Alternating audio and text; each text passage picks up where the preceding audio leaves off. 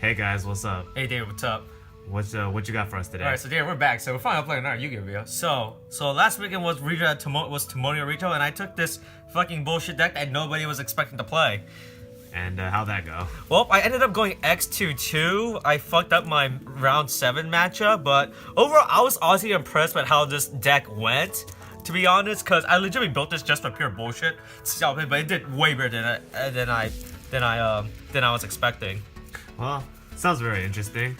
And let's get into it. Alright, so I played Kozmo, right? Because, you know, I'm a big fan of Kozmo. I've been a fan of the deck ever since it first got released, but fucking god, this deck got expensive, and then Dark Destroyer died. So Dark Destroyer, and I'm sad because of that. So I played 60 card Paleo Cosmos, alright? With the Paleo engine in, and Demise and Artifact and all that stuff. So I was getting to the profile and explain everything. So 2 Dark Eclipse there, so normally people only play 1. But the reason I play 2 is just for the Paleo matchup, because this thing stops Paleo. Like, Paleo literally has no altitudes. Like, they can't Canadian it, so they can't book a moon it, they can't down misket it. So they literally don't have it on unless they make something. And also he's big as fuck, right? 3K, right? But he's bad because he doesn't float down, obviously. Then one Dank Destroyer, DD's at 1, David. I wish he was back at 3. Rip. So yeah, DD's still a threat. People still have to play around this guy because he's still a fucking threat. Because 3K and he gets the pop. Then 1 Forerunner is the standard. You only play 1. You only play 1 just because he's a big ship that can scale down on target when you get the 1,000 experience. I mean 1,000 life points. We're not Breath of the Wild, dude. There's no experience here. Then 1 Dark Lady, standard 1 Dark Lady. You only need to play 1 of her. She's a negation. I'm only playing 2 Slip Riders. I feel you don't need to play 3 now because there's not really that much spooky stuff in the background. In the back row, you have to worry about. So 2 Slip Riders. And then 1 Wicked Witch, 1 Good Witch. So over the weekend I was playing 2 Wicked Witch, but I really didn't like playing 2 Wicked Witch. I thought the thought process was playing 2 Witch just for protection because she can't die. But most of the time I always ended up signing the second copy and putting in the Good Witch instead. So I'm back to playing one bad bitch, 1 good bitch. Right. Then we got the standard 1 farm, one Kozmo best girl. She still fucking puts in work, David. Every time people didn't have a response, I would always farm girl for game, pay 500, search for whatever Kozmo cards I want, and do enough damage for game. I brought everyone back to 2015 with this card. No, 2016. So then you play the standard 1 Strawman. Strawman is all you need to play as 1. Then finally triple Tin Can pay 5. DD 4-1 Eclipse. So Tin Can is still super strong, gets you everything. Blows up your Kozmo in the graveyard for a good reason. I'll go down in a few minutes. Then so I'm also playing the Artifact engine, so I'm playing 2 Scythes, right? 2 Scythes. Scythe really just shuts down every deck every time I resolved it. So flip Sanctum, summon Scythe, or if they ever, one guy did actually ended up twin twistering me when I had a Scythe set. I was like, all right, Scythe's effect, summon Scythe. Then he got tilted after that. And then here's the spicy tech, right? So 1 Fairy Tale Snow, right? Snow is such a good card, dude. I don't know why she's not have a higher printing at higher value. She needs to be secret rare. Yeah, she needs to be secret. So the reason why she's so good, right? Because I'm playing 60 cards, so I'm obviously gonna have a lot of dead cards, right? But the reason why she's so good is because since I'm playing Kozmo, right? Since I'm playing Tin Can, I literally load up my grave so faster with all my dead Kozmo cards. So at any point I can always just banish all my dead Kozmos. All my dead Kozmo cards in the grave to bring her out. Then I load all my dead Kozmo to be banished to be brought back. So that way I'm never worried about losing my Dark Destroyer when it gets sent to the graveyard, because I know I could some ways bring it back if I don't have my revival option with her. Then one Maxi. Maxi's at 1 now, fucking stupid. So Maxi should be at 2 or 3 again. Yeah, so play the 1 Maxi. There's no reason to. I actually legitimately always open this up every single game when I was playing that shit. Even at 1, it's like this card is still too strong at 1. And then so now I'm playing 2 DD Crows. So over the weekend I was playing 2 Ghost Ogre, but I always sided out the Ghost Ogre every single matchup for 2 DD Crows instead. I really had DD Crows so much better because I hit so much more targets because of that. So 2 DD Crows because it's so much more better, more flexible, because it hits everything compared to Ghost Ogre. And then oh wait, hold on, that's the wrong. Hold on, we're going too far. Then spells, obviously 3 Kozmo Town standard. You need to play 3 Kozmo Town.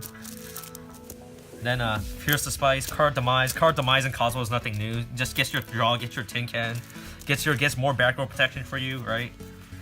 And then so these are 2 pot of neg-9s, but I was borrowing from them over the weekend from Austin, so I don't own pot of neg-9s because pot of neg-9s are still expensive. So probably tell them what pot of neg 9 actually is. everyone knows what pot of neg-9 is. You banish 10, you draw 2. You neg-9 yourself. So yeah, 2 pot of neg-9s just for the draw power. Because 60 card Dave, you don't care about you losing cards, right? So I was never worried about losing cards off of that because of neg-9. 2 duality is just for going first, to be honest. Going first, it allows you to, it just gives you more card options to have. So 2 duality, and then I didn't play this. I literally just re-added this over the weekend after the event. So I'm playing 1 upstart now because I was complaining about playing upstart, but 1 upstart 59 card deck, right? Right. 1 E-Telly's at 1. E-Telly's still broken as shit, right? Battle phase, swing, E-Telly for farm grow for game.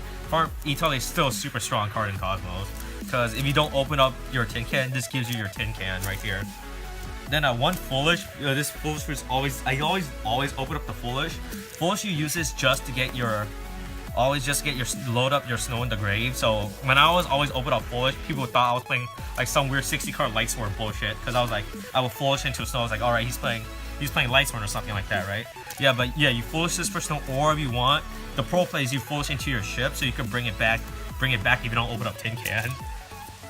Then I played 3 Monsters Destruction over the weekend, so 1 Raigeki, 2 Dark Hole. You have to play this, right? Everything, there's too much spooky cards out in Yu-Gi-Oh right now. You have to play it. So over the weekend, I actually did Raigeki Dark Hole someone. So he had a Totem Bird on the field. I was like Dark Hole. He obviously negated for protection. Then I flipped the Raigeki and swung for game because of that shit. It's funny as fuck. Then so that's it for the spell. So it was like 20 spells, I believe. Then for the traps, 1 Cosmojo, only 1. I don't find the need to be running more than 1 Cosmojo. It's not that good as often as it used to be, so I would always side take that out over the weekend. So 1 Cosmojo. Then you play the Solemn Brigade, so 1 warning, and these are supposed to be strikes, so I can't afford strikes. I can only afford 1 strike, so pretend these are strikes, alright? So funny thing over the weekend, I was only playing 2 Solemn Strikes because I can only borrow 1 in time. So I had to play some other card for my 3rd card. So I was only playing 2 strikes throughout the entire day when I was playing strikes. So Solemn Brigade. Then you obviously play your revival. So 3 calls, 2 Oasis standard. You just want to bring back your big ship, right? And then we got and then this fucking bullshit card. This scary old white man who tells you to stop. Imperial Order. This card is cancerous as fuck, right? They got rid of Vandy's Emptiness and gave us back Imperial Order. It's still literally the exact same thing. I won game easy so much because easier the shit. I was like, flip Imperial Order, then people had to sat there and couldn't do anything because of that thing. It's still a disgusting card. Then then I played 3 Storming. Storming is super good because it resets their entire field, right? So against Mei deck, it was really super useful. So against Zodiac, I put back their Exceed, their Dryden, so they can't do thing. Against Wind Witches Invoke, I returned their Crystal Wings and their where their fusion summon monster was. Against Paleo, it banishes all their Paleos because the Paleo monster gets banished when they leave the field. And then Compulse. This was actually what I was playing as my 3rd strike over the weekend when I couldn't get the 3rd strike in time. So I'm just gonna put in a Compulse. Literally did the exact same thing. So nothing wrong with Compulse. And then 3 Sanctum. Sanctum's still good in the Artifact, right? Because Artifact this like just stops at all plays, especially when your opponent Twin Twisters this as well.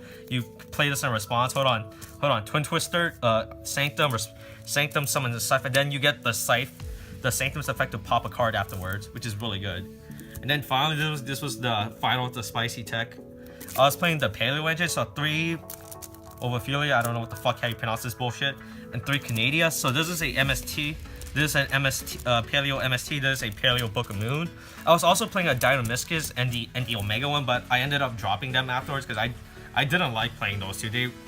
When I was playing the other 2 Paleozoics, I sided them out every single game.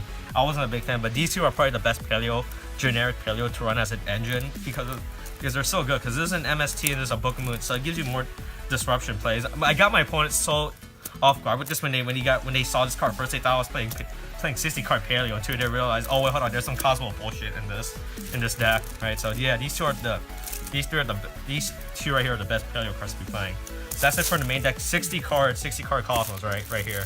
60 card Paleo, 60 card Artifact Demise Paleo. That's the main deck. And then for the extract was pretty much bullshit. I didn't go into it I only went into it like one time throughout the weekend. So one Sky Centurion, one Daigusa King says you're rank 2. No Totally Awesome because I can't get a Totally Awesome because Totally Awesome is totally expensive, David. Jesus Christ. And then you played the Lightning Utopia bullshit combo. This was the only exceed I went into because against one of my rounds, my opponent ended up making Crystal Wing. I was like, fuck. My main deck didn't have that, so I was like, oh wait, hold on. Summon Snow, Wicked Witch, overlay for Utopia, overlay for Lightning, swing over the Crystal Wing. I was thinking this was the only one I went into like one. I only went to like one time throughout the entire day. And then you played the one Nova. Then you played the one Nova, the one Infinity standard. I never went into it, but it's just there to have. A Pleiades, and an M7. Never went into it, but it's just there to have, to be honest. This is supposed to be a Volcasaurus. I borrowed a Volcasaurus over the weekend because apparently I don't own a cheap dollar XC card that everyone should have. So this is Volcasaurus, by the way, people wondering. And then finally, Gaia Dragon, just to rank up from your rank 5s if I ever needed to. Never went into it. And then finally, a Red Eyes Forever and DD Kali Yuga. I was only playing this because I was side decking Exceed Universe the entire weekend, the entire week, the entire day against Zoo. I did Exceed Universe one of my Zoo opponents by making Kali Yuga, but I lost to Solemn Strike when he Solemn Strike when I tried to use his effect.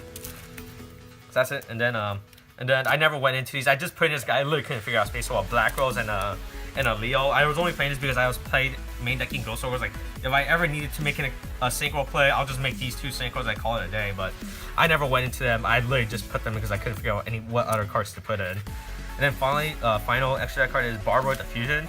Literally, you play this just as a backup in case your opponent's ever stupid enough to warning your Cyber Dragon Nova for some stupid reason. Because if this card is destroyed, you summon out any fusion machine. So you summon this, they decide to warning this or strike it, you bring out this 4K machine. So that's pretty much it. That's pretty much the extra deck. Pretty bullshit. I literally did not go into this except for the Lightning and the Kali Yuga throughout the entire day. So yeah, so that's 60 card Artifact, Paleo, Demise, bullshit I played. Ended up doing way better than I was expecting. Any last comments? Yeah, so I want to thank Yuri Diaz over on the Kozmo Duelist Facebook for showing the build of this deck first. I saw it, I was like, wow, that looks really interesting. So literally that's the reason I played, because I saw his build of the deck. I was like, oh, I'm gonna play this bullshit. And this thing did way better than I was expecting. So yeah, I guess that's it. So there's nothing else I want to say. Alright, well, thanks for the really cool deck profiling. Alright, yeah, that's pretty much it. So thanks for watching. Kate, thanks, bye. Bye.